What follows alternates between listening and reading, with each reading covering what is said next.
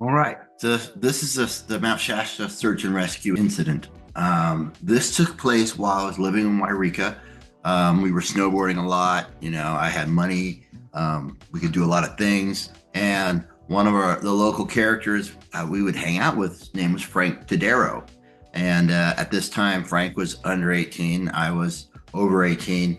And I'm just saying that because it comes into play later on. But we'd often go snowboarding. And I told Frank, hey, let's go up hit Shasta. My brother Noah was not available, and let's do it. So this is not uncommon. And I said, we're gonna climb it. We're gonna climb up there, get as freaking high as we can. We're gonna snowboard down. And so off we went. I told Frank when we were leaving that, we're probably gonna climb up Saturday night, snowboard down, because Mount Shasta is huge. It's a giant mountain, like, 14,000 feet up. And so we drove all the way up as far as you could drive. There's like a base area. You can camp, you can park, got out our boards, got all our gear on, and we started hiking.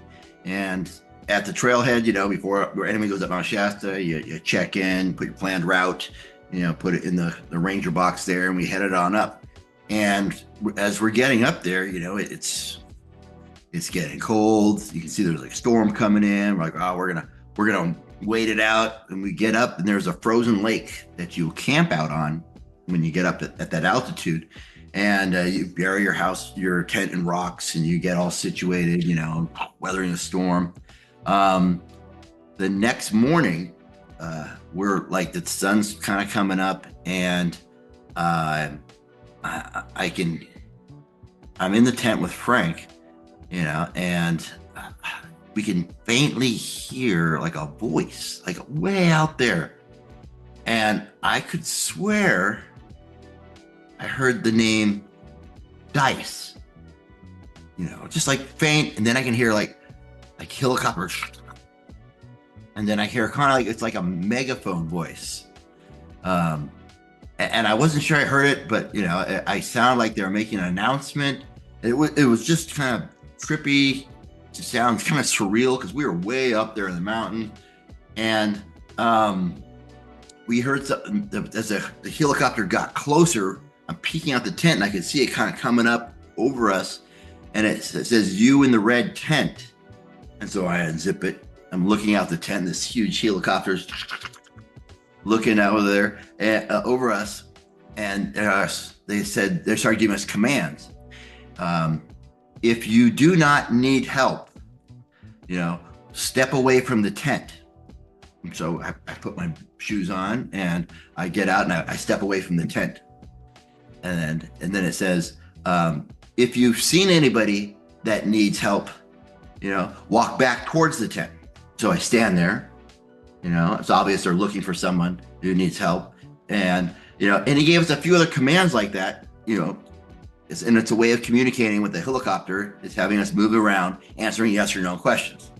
And it's obvious there's like, wow, they're looking for someone who's in trouble. And so I clearly indicate to him that we're not in trouble. And so he goes and he takes off. "Thank you for your time." He takes off. And so it's obvious they're looking for someone on the mountain.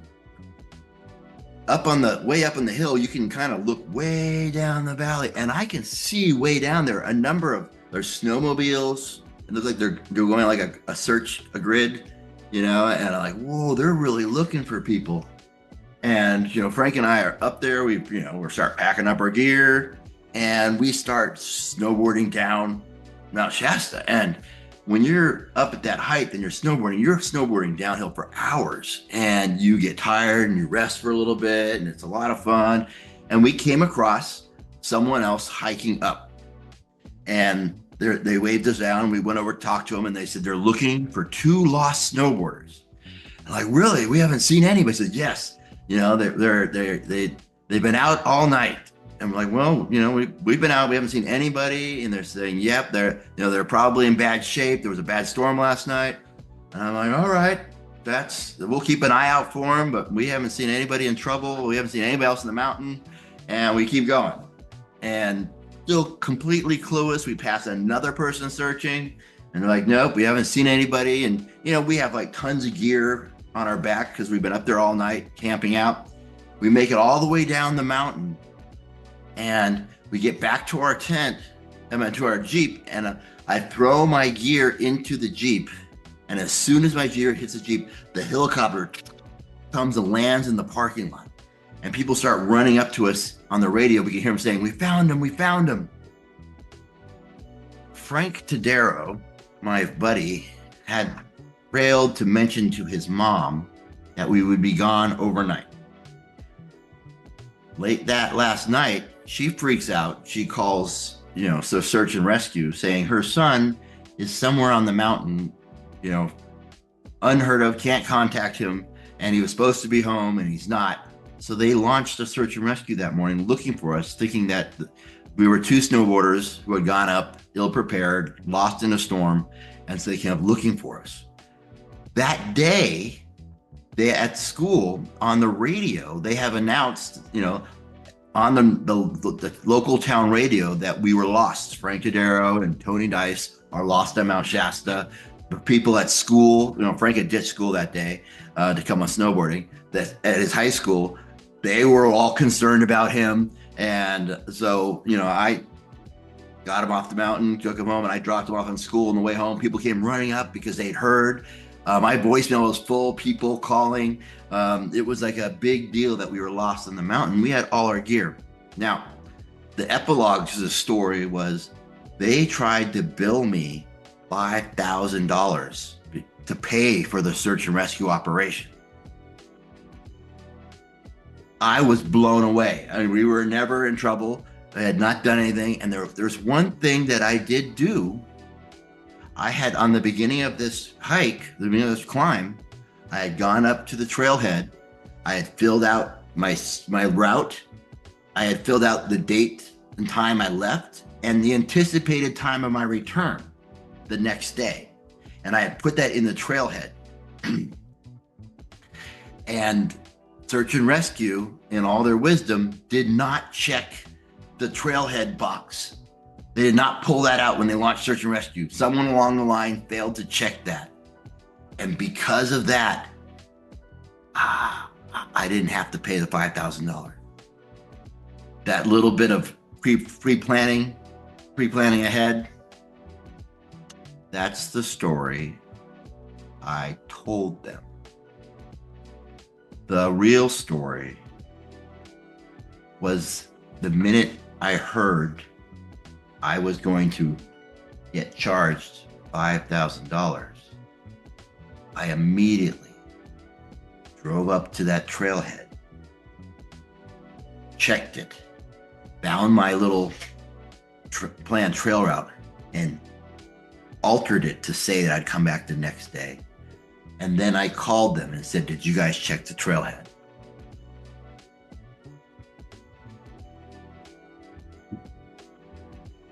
That little extra step of mischievousness, made up a quick story on the fly, went back, changed the documentation, got me out of the search and rescue fees. I had to alter it.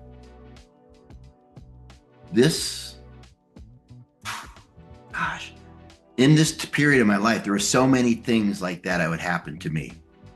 I remember getting a speeding ticket, improper passing. I had passed, 3 cars on this big looping part of the road, on the river road. And unfortunately for me, a CHP officer was coming the other way, and he pulled me over and gave me a ticket saying improper passing. I went to court, and I claimed that it was a passing zone. It was a legal pass. Before I went to court, I went out to that big loop round with, a case of black spray paint, and I spray painted the lines so that they looked dotted. Like I blacked out the lines. Took me a long ass time. Took a couple pictures, and I went to court. I said, Your Honor, it appears to be, a dotted line, a safe passing zone, and they got me out of the ticket. I had gotten pulled over for not having insurance. At that time in California, required to have insurance. I said I did have insurance, didn't have my card. So they wrote me a fix-it ticket. I went home. I I got on my computer, made up a little design saying Illinois Founders Insurance Company, made it at the start date and effective date. And then I called Verizon, my carrier for my cell phone, and I opened a separate line. I asked for it to have a prefix in Illinois, and they gave me a separate line. And I asked, and on my voicemail, I said, on the voicemail for that separate number I got from Verizon, I said, "You've reached Illinois Founders Insurance Company. We're not in right now. Please leave a message." And I put that number on my little proof of insurance. And then I submitted that with my ticket, and I got the fix-it ticket removed, so I didn't have to pay for not having insurance. And I used that as my fake insurance card. At that time in my life, I was really, figuring out ways to get out of stuff by, taking that extra steps normal people wouldn't do. No normal person would not go and repaint the road to prove their traffic ticket. A normal person wouldn't go create a fake insurance company to get out of an insurance ticket.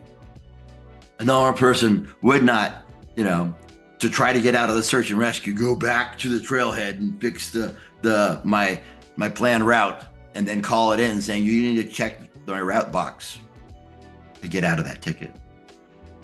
So there was a lot of these times during that period where I would get in trouble, and then through lying, cheating, stealing, manipulating, whatever it took to get out of the trouble I was already in, that was happening a lot. A lot of this calculated manipulation or just trying to figure out how to beat the system.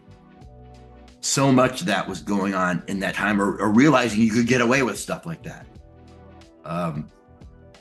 That was really taking hold. And you'll see in my subsequent adventures that really became this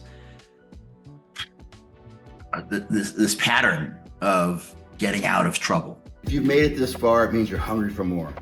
I got 3 things for you. Click on the links below. For 1, get on our mailing list. You can pre-order the book coming out this summer. 2, our Patreon account. You get tiered access to exclusive content. And 3, visit our social media sites. There's a lot out there I want you to see. Do it. Do it now.